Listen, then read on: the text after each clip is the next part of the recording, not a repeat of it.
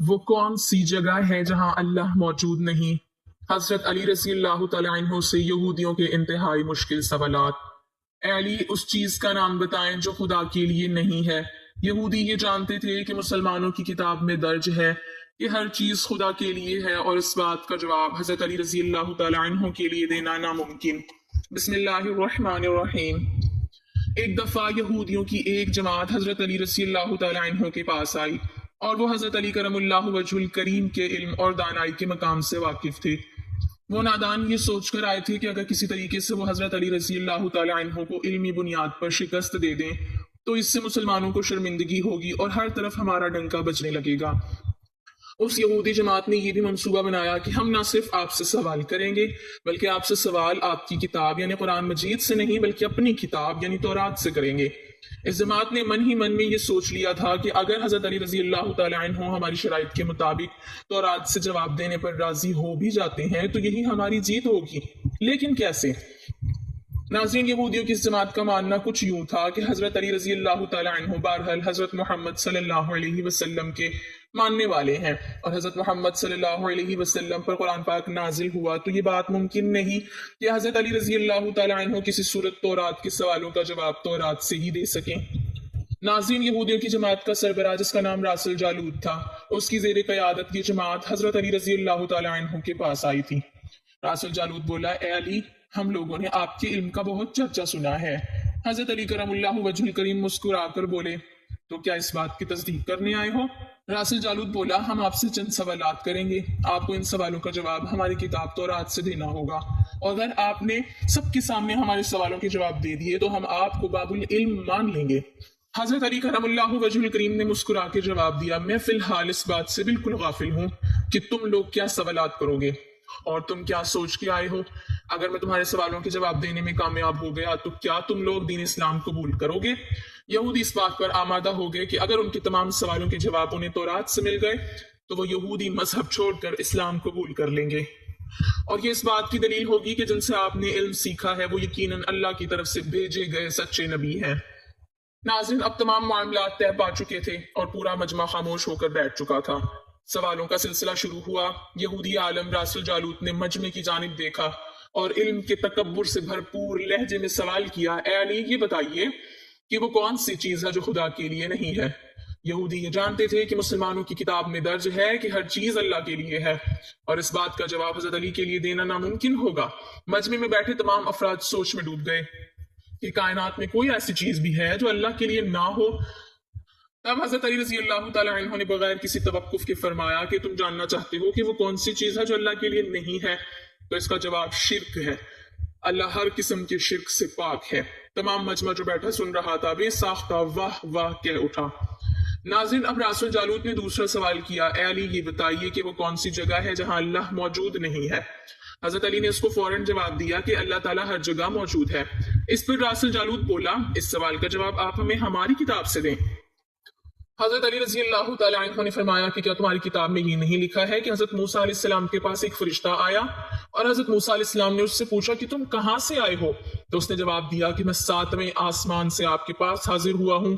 اتنے میں حضرت موسیٰ علیہ السلام کے پاس دوسرا فرشتہ آیا۔ حضرت موسیٰ علیہ السلام نے اس سے پوچھا کہ تم کہاں سے آئے ہو؟ اس نے جواب دیا، میں زمین کی 7ویں طبق سے آپ کے پاس حاضر ہوا ہوں۔ حضرت موسیٰ علیہ السلام نے پہلے فرشتے سے پوچھا، 7ویں آسمان میں تمہارے قریب کون تھا؟ فرشتے نے جواب دیا، میرے قریب میرا رب تھا۔ حضرت موسیٰ علیہ السلام نے زمین سے آنے والے دوسرے فرشتے سے پوچھا، تمہارے قریب کون تھا؟ اس نے جواب دیا، میرے قریب میرا رب تھا۔ تو اس سے یہ معلوم ہوا کہ بلندیوں کی انتہا ہو یا گہرائیوں کی انتہا، اللہ رب العزت ہر جگہ موجود ہے۔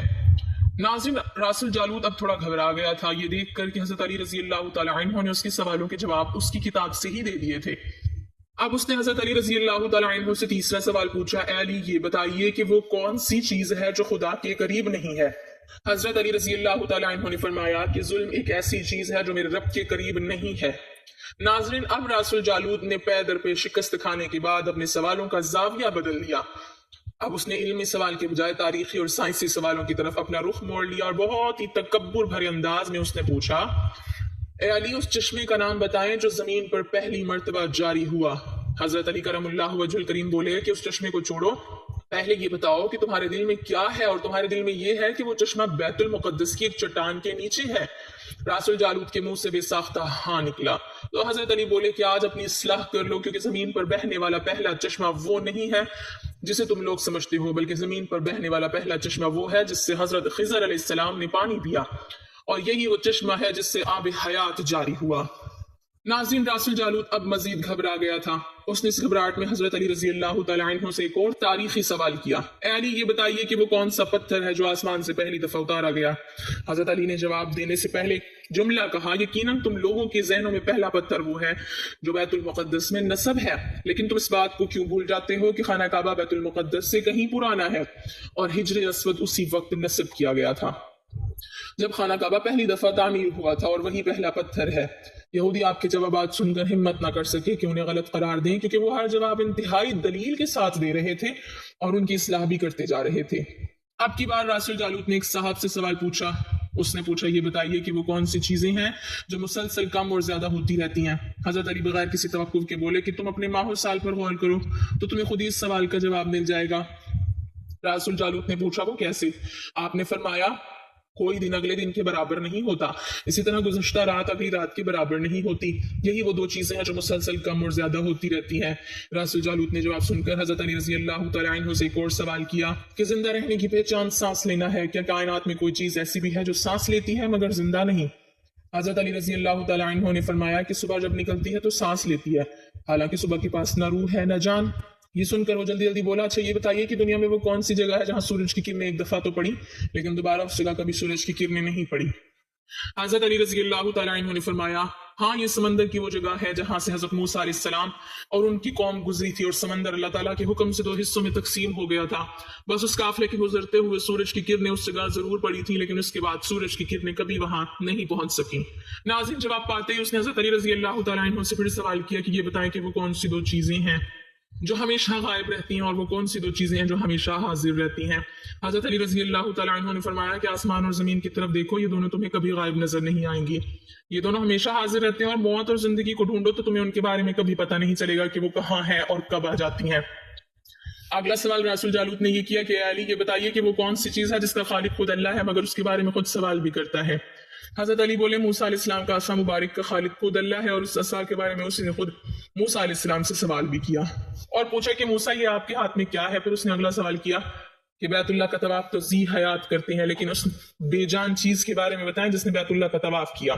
حضرت علی کرم اللہ وجہ الکریم بلا توقف بولے کہ کشتی نوح ایک ایسی بے جان چیز ہے جو طوفان کے دوران اس مقام پر پہنچی جہاں بیت اللہ ہے، تو اس نے اس کے گرد 7 چکر لگائے۔ اس نے باب العلم حضرت علی رضی اللہ تعالیٰ عنہ سے کئی سوال کیے، اور تمام کے جواب آپ نے بالکل ٹھیک بنا توقف دیے۔ تو مجمع میں بیٹھے ہوئے ایک یہودی بولا کہ حضرت، دنیا میں ہر شخص سوچ کے جواب دیتا ہے، لیکن آپ تو ہر سوال کا جواب بلا توقف دے رہے ہیں۔ حضرت علی رضی اللہ تعالیٰ عنہ نے اس سے سوال کے بدلے اس یہودی سے ایک سوال کیا، بتاؤ تمہارے ہاتھ میں کتنی انگلیاں ہیں؟ اس نے فوراً جواب دیا 5۔ حضرت علی نے فرمایا، تو نے بھی تو فوراً میرے سوال کا جواب دے دیا۔ اس یہودی نے کہا، یا علی یہ کیسی بات ہوئی؟ مجھے معلوم ہے کہ میرے ہاتھ میں 5 انگلیاں ہیں۔ یہ سن کر حضرت علی مسکراتے ہوئے کہا، مجھے بھی یہ سارے علم ایسے ہی معلوم ہے جیسے تجھے یہ معلوم ہے کہ تیرے ہاتھ میں 5 انگلیاں ہیں۔ یہودی نادان نہیں جانتے تھے، باب العلم کے پاس کائنات کے رازوں کا علم ہے، لیکن جب انہیں تمام سوالات کے جواب ٹھیک ٹھاک مل گئے تو راس الجالوت سمیت تمام گروہ نکل میں پڑا اور سب کے سب دائرہ اسلام میں داخل ہو گئے۔ اللہ پاک ہمیں بہتر عمل کرنے کی توفیق عطا فرمائے اور ہمیں ایمان کی دولت سے مالا مال کرے، آمین۔ ناظرین، کمنٹ باکس میں اللہ تعالیٰ کے 99 ناموں میں سے ایک نام ضرور ٹائپ کریں۔